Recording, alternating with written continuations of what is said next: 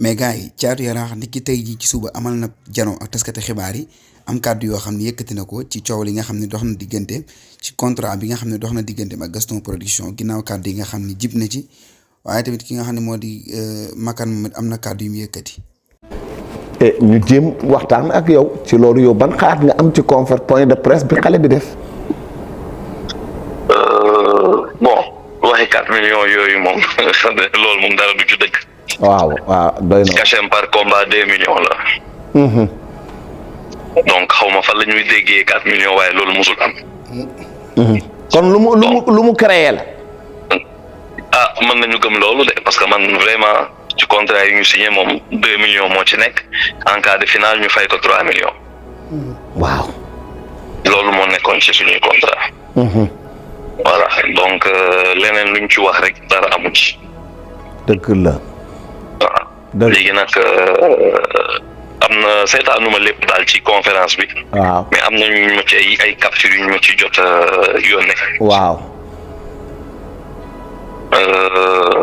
am na loo xamante ni moom nee nañ maa ko woo dëgg la. te bi ma koy woo kenn yëgul. du Abdoulahad nga xam ni nii sama frère la liñ koy waxal yëpp maa ngi koy dégg waaye dara du ci dëgg. damay préciser ne Abdoulahad lu mu mën ci wax man maa ko wax. te lu ma wax it moom la wax. très bien. waaw loolu moom bu kenn jéem a dugg suñu diggante man ak Abdoulahad Ndiaye. Abdoulahad dama ko jàppee comme ni ma jàppee samay frères. sekk nañu loo xamante ni xajul ci rajo xajul ci télé. donc képp ku ci dugg wala képp ku jéem a yàq yaa ngi sonal sa bopp. waaw encore une fois yàlla nañu yàlla musal ci suñuy noon ak seytaane ak ci ku dul wax dëgg. bi nga ko woowee da nga ko woo pour négocier ak moom jéem a sauver jour final bi wala naka la tëddee. man ci seen wax rek dégg naa la nga naan Makan dafa war a woo yow mi ci sa bopp. dafa war a dégg naa kenn dafa war a woo caat waxtaan. waaw keneen tamit man seen conseil laa dégg. xam naa ni que neexul Abdoulahad moom. neexu ko parce que moom neexu ko moom moo ma njëkk wax jarul ngay woote jarul ngay kii te tey. li waa ji def. il m'a donné raison. il a donné raison à Lahad. il a donné raison à Lahad. waaw kay waaw. voilà parce que am na loo xamante ni lu ñu nekk ci contrat la jarul woon may génn di ko woo waaye man lu rafet rek moo tax ma def ko. bëgg lu jub bëgg lu rafet bëgg luy arrangé bëgg luy defar làmb. ndax làmb vraiment dañ ko war a defar waruñu koy yàq. waruñu toll foo xamante ni làmb ak fu mu mën yegg nii wax dëgg yàlla. suñ ko defarul waruñu koo yàq su dee dafa am ñu nekk ci biir nag pour yàq làmb. nañ ñu abal parce que ñun làmb rek la ñu am ñoo ko moomal suñu bopp. yow tu crois que dafa am ñu topp ci ginnaaw xale bi pour yàq combat yi événement bi. loolu yow ci sa wàllu bopp xam nga ko. ah déet man xamuma ci dara. non da ngay kii ne da ngay rafetal rek. toos waaye xam nga ni. kuy yàq am na. man kuy yàq waa baax na xam naa rek kuy yàq am na. waaw. te comme li may wax rek nañu rafetal lépp. nañu rafetal lépp parce que làmb dafa toll foo xamante ni dañ ko war a defaraat. dañ ko war a professionnaliser surtout. lu tax ñu war ko professionnaliser ba làmb léegi art martial la. yegg na foo xamante ni tubaab yi dañ ko daf leen intéressé étranger yi daf leen intéressé. bu baax. donc même ci affaire heure bi ñuy wax sax CNG jàpp. waaw ñu fixé ko à 17h15 loolu man mi sama wàll bopp dama cee ànd. parce que 19h15. kenn su bëggoon ñëw jënd làmb Sénégal pour l'étranger. làmb su amul heure du ñu xam naka lañ koy jëndee du ñu xam naka lañ koy programmer. match football Sénégal suy football dañ naan 17h la ñi koy seetaan yi 14h la ñuy jógee seen kër commencé dem stade. foofu la ñu war a commencé. 17h éduquer amateurs yi. 17h match Sénégal 19h mu jeex. loolu dañ koy xam dinañ xam ne que lii 17h lay commencé 19h au plus tard dina jeex. boxe la même chose match boxe yi soo koy dégg da nga naan telle heure lay commencé su boobaa suñu xoolee nombre de rounds ñu ni muy jeexee dina xam ban heure lay jeex donc télévision internationale wala kenn ku ko bëgg jënd muy RTS muy 2S muy keneen ak keneen ku ko bëgg jënd dina xam ne que lii kat heure bii lay commencé dineen mën a sax jaay seen sponsor yoo xamante ni heure lamb bi xam nañ ko ñu commencé dawal seen i publicité. te sport discipline sportive buy def 5 heures de booy def 5 heures de temps ci stade amul fenn. mais loolu dafa sax baaxul 5 heures de temps mooy la. dañoo war a réguler le sport lamb. lamb dafa toll foo xamante ni dañ ko war a jox gëddëm jox ko àkkam yéen ñi liggéey ngeen ci loo xamante ni kenn waru koo yàq yàgg nga ànd ak sama père liggéey ci loo xamante ni kenn waru koo yàq. lu ne. donc dañoo war a protéger lamb. léegi bu nu revenir ci problème mu Caatu Yaraax ak kii ndax am ngeen question. bu ngeen benn question bu mu bëgg. waaw ayca Baye Balla moo lay poser benn question di nga ko dégg non. Magane pour man dafa am fu mu defee erreur quoi. non dégguma ko. waaw mu ne Magane pour man dafa am foo defee erreur parce que Caatu Yaraax dafa ne bi nga ko woowee. da nga ko dégguma dara. mu ne dafa am waxal ma jottali. Caatu Yaraax dafa ne bi nga ko woowee. Caatu Yaraax dafa ne bi nga ko woowee. dafa ne ko yow kese laa soxla. yow kese laa soxla. Caatu Yaraax ne ko non non mënu ma. Caatu Yaraax ne la man du ma ñëw dama am staff. léegi pourquoi non non tontuwul loolu. Caatu Yaraax dama ko loolu la woo wax ci interview bi. waaw loolu la wax waaye moom nee na waxul loolu déglu li mu wax.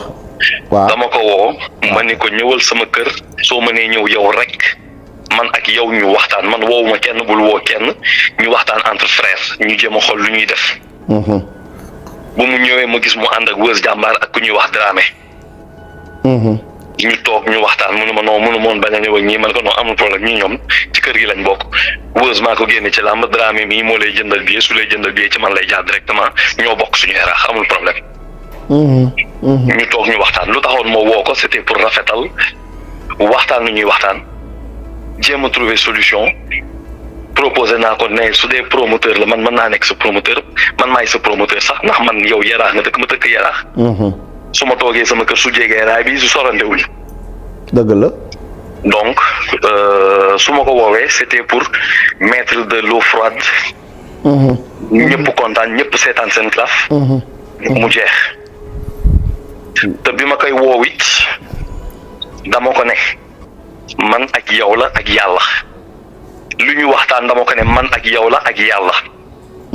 donc tey nag su toogee ci télé di vilipender di wax loo xamante ni wax nañ ko ak wax loo xamante ni bokk ci donc loolu man daf ma jaaxal ci doy na waar daal. non pour man. mais n'empêche man dama koy jàppee ni xale la. xelu xale la amul problème. man il reste toujours mon frère.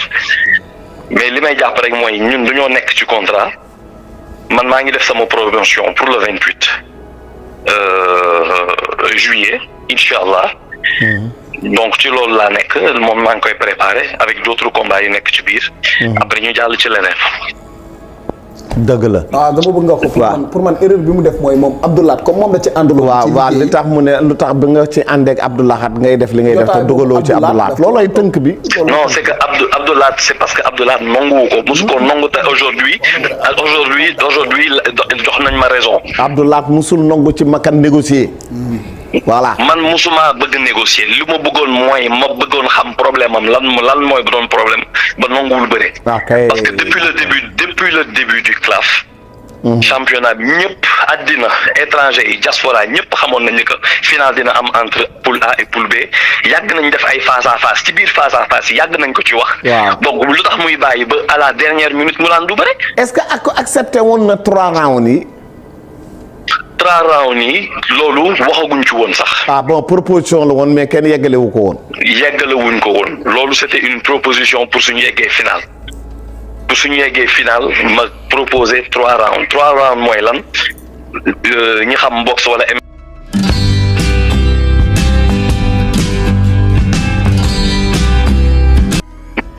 ma proposé 3 rounds 3 rounds mooy lan ñi xam boxe wala MMA wala leen xam nañ lan mooy round. non ak lambu joola ak yooyu yëpp daf ci am ay lambu kii yu. waaw loolu yàgg na fi. loolu lu tax ma bëggoon ko def te loolu avant ñuy yegg final sax defe naa ay 4 mois avant loolu mi ngi woon sama xel ba commencé woon nañ ko waxtaanee defe naa sax waxtaanee nañ ko ci plateau bi. foofu waxtaanee nañ ko ci plateau. donc du lu bees. voilà du lu bees. c'était pour innover quelque chose ci làmb. waay. c'était pour innover quelque chose ci claf. ci claf bi. buur nga ni ko. voilà bu fekkee dañu dem ba le 28. waaw bu dee dañ dem ba le 28. Caatu Yaraax persister bëriwul. Caatu Yaraax persister comme ni mu ko defee tey bëriwul lan mooy am. non loolu man après man amatuma ci lu ma ciy wax foofu parce que loo gis rek am na ñu njiit.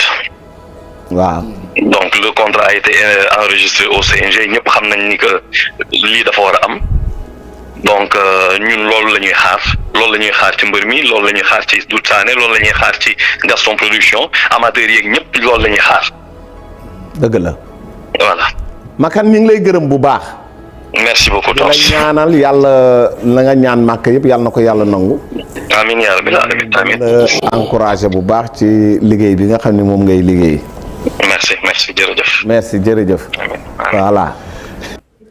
parce que wax dëgg yàlla yàgg na ma signé ay combat mais mosuñu am compliment ak moom parce que xam nga dafa xaw a naqari deret nag mais moo gën a naqari deret ci ménager yi nekk CNG yëpp moom day wax sax di dër waxam ñaari kàddu la mu ne mu waaxu dem yoonam daaw amoon nañ problème ak moom ma nangu suma licence jox ko ki ñuy wax Alioune Guèye te mu nekk écurie Gaston Production kii Gaston Production bi Alioune Guèye meen bu jàmm gën Alioune Guèye moo ménager sama combat ak Mame Balla mu fay ma 5 millions mu bëri Mame Balla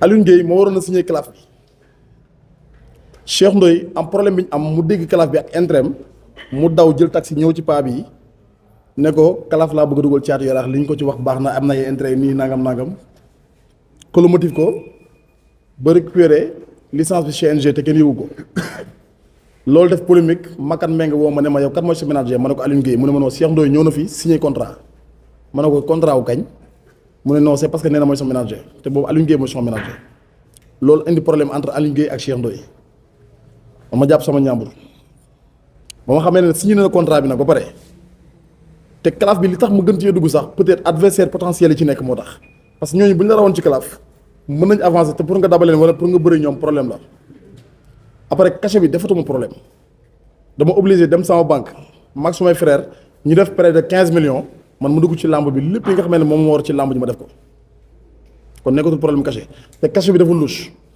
ndax promoteur bi am na leneen lu xew ci cachet Caatu Yaraax xam nga gars yi 2 millions lañ dégg mais promoteur bi 4 millions la fay Caatu Yaraax pour chaque combat ñoom ñu luubal 2 millions yi jox ma 2 millions billaahi ci ajuma lay waxee te ay firnde yu leer am naa ko ci mais am na loo xamee ne boo ko xuusee da ngay gën a yàq ay buveur de sang lañ nag ñu ñooy dugub bi ñoom ñoo ñu dundee ku ci mel ni Abdoulaye Khan Ndiaye nag moo gën a garaaw ci manager yëpp parce que moom déjà gëwuma ne mën a bind turam moom miy taxaw di waat ci contrat loo xam ne xamu ko te moom Gaston Production problème bu mu am moom moo ko andil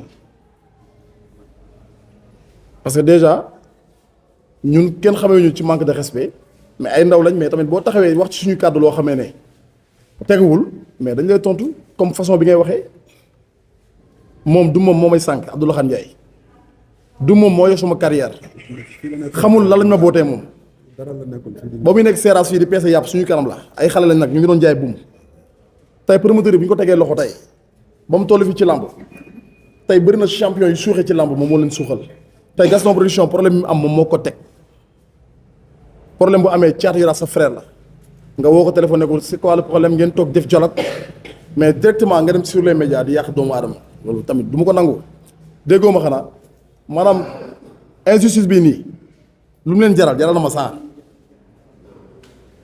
affaire bi tegatuma ko ci ay carrière làmb wala ndax dañuy yàq carrière am wala carrière day baax de suñu borom fu mu àpp doomu aadama fa la yem te am na beneen yàpp bu dul géej nag dëntu ci làmb lañ nekk mais su ma leen waxoon suma parcours ci làmb fu mu jugee ba fu mu yegg si fii da ngeen naan ma bàyyi làmb nga dem mais pour ñoom ñu xam ne làmb ji ñoom moomuñu ko ñëpp ci am cër ba may defar licence di ñëw su may kilifa yi laa tàggu mais pas moom ba may ramper di yëg ci dune yi ñoom ñoo ngi nelaw ñun ñuy préparer combat nekk ci dune yi du rey suñu bopp mbër mënul tedd Sénégal ndax ñooñu dëmm yooyu ñoom ñooy lekk mbër yi ñooñu mbër mënul baax Sénégal ku nar a dem ku ci nekk ñu arrêté la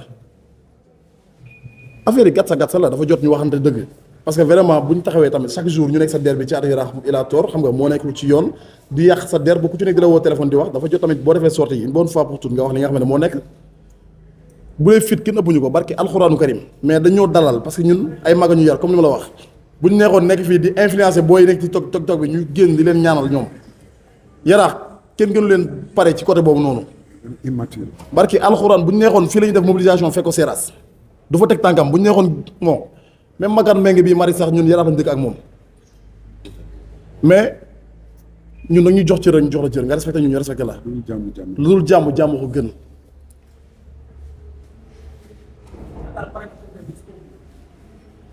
du question pare mu gis ko bu dee man maay làmb man maay takk ngemb man dugg ci géew gi le 28 du mbindeef moo mën a taxaloo ngemb ma ñëw di bëri Doudou Sané lépp nag ñoom lu ñu dogal ñoom la ku neex solo la jasineer bu weex tàll yéegal la ci kaw immeuble yi loolu ñoom la concerné mais man concerné wu ma parce que loo xam ne signé woo contrat bi jëloo avance am mënoo cee xuus mënoo ci sori Cheikh Ndoye nag gars yi maa ngi dégg ñu naan assisté mooy ménagère Doudou Sané xam nga gars yi ñooy génn di profité di wax loolu te ñenn rek ñoo koy wax mooy équipement Gaston Production ñooy wax loolu assisté bañ demee ba ci final bi am problème lañ daw rocci licence Doudou Sané dem jox assisté pour mu ménager ko gis ngeen vidéo yi Cheikh Ndoye toogee naan sama ñaari mbër ñooy finalu yéen yëpp gis ngeen vidéo yooyu noonu bañ amee problème ak Gaston Production am na benn moment ñuy def tirage bi ba ñuy def tirage bi Abdoulaye Khan Ndiaye dafa maa woo ma ne ko non yow amoo droit woo ma wool sama ménagère mu ne ma sa ménagère dafa naqare direct maa ngi moom jubawuñu yow laa mën a waxal ma ne ko man mbër laa ba may signé contrat moom moo ñëwoon du man mu ne ma tirage bi duñ ko defee CNG seen yoon newu ci ma ne ko man Ndiaye Tine laa war a dajal mu ne ma non Thiatou Yoff nga yam ma ne ko fa lañ ko tiré mu ne ma kër Gaston Production te man contrat bi ma yor tampon CNG sax ne ko ci kër Gaston Production lañ ko signé moo lay wane ñoom seddi nañ CNG ba problème bi am ñu dem dugal beneen contrat particulier pour dugal ci CNG loolu mooy problème bi Sénégalais li ñu war a xam dafa bari gars yi ñoo ngi nekk ci réseau yi di wax rek ku ci nekk di ngàllee ko di wax lu xam nga loo xamee ne wax la wu ma leen ko. mais Thiat diggante bi coow li amee léegi CNG est-ce que taxaw na taxawu sapeurs-pompiers ba woo ñi nga xam ne ñooy concernant yi pour mën a waxtaan ak ñoom pour résoudre problème. ok CNG bi ñun ba ñu dugalee suñu lettre de réclamation Makan ba mu yëgee ne lettre bi dugg na sur le sang lañ atte lettre bi te lettre bi yaakaar naa tey bu ñëw bu ñu koy doon atte dañoo war a woo Thiatou Yarakh ak staffam woo ménager bi ñu def dialogue ñu toog waxtaanee ko ñu ne an sa contrat lii moo fi nekk mais allo tontu nañ sa question kaa ngi jël sa fiche sur le sang. ba ma CNG woowee pour sumay staff dem jëli seen réponse ci la moom Makan envoyé sama affiche maag Doudou Sané mu ne ma da ngay bëri jële 28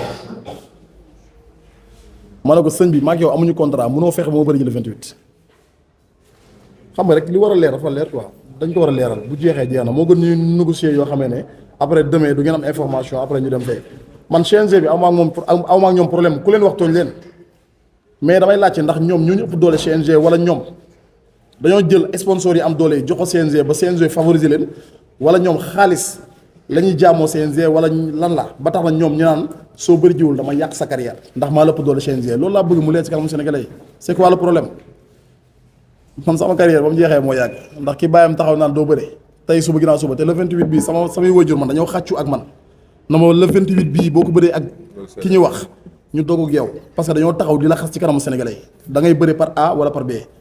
mais man samay parents ñoom ñoo ma gënal làmb samay parents ñoo ma gënal staffu Gaston Production ñu kenn xamul nañu waxante dëgg 100 milliards mënu ma ko bëri le 28 bu ñu ko négocier nag ay conditions am na ñu ne ma Thiatou Yarakh yaa ak Doudou Sané ñor na ma ne leen waaw ñor na ñu génnee contrat fay ma xaalis ma dem bëri ji Makan nag ay tête ñoo changé boppam rek mais nit gënu ko Makan Mbengue boobu léegi rus na sax génn ci média yi di wax yenn yi. ay Abdoulaye Khan Ndiaye ñoo koy ruux rek mu génn na sinon kon menace day am mooy que CNG bi laay waxal ñu aj la nangam ñu yàq sa carrière nangam yàq carrière mooy la xam nga luy carrière yow man moo mën a am lu gën làmb nga may wax waxu carrière doomu aadama mooy fi muy dem ba keroog muy faatoo li ko yàlla di teral loolu mooy carrière est-ce que làmb moo gën ci man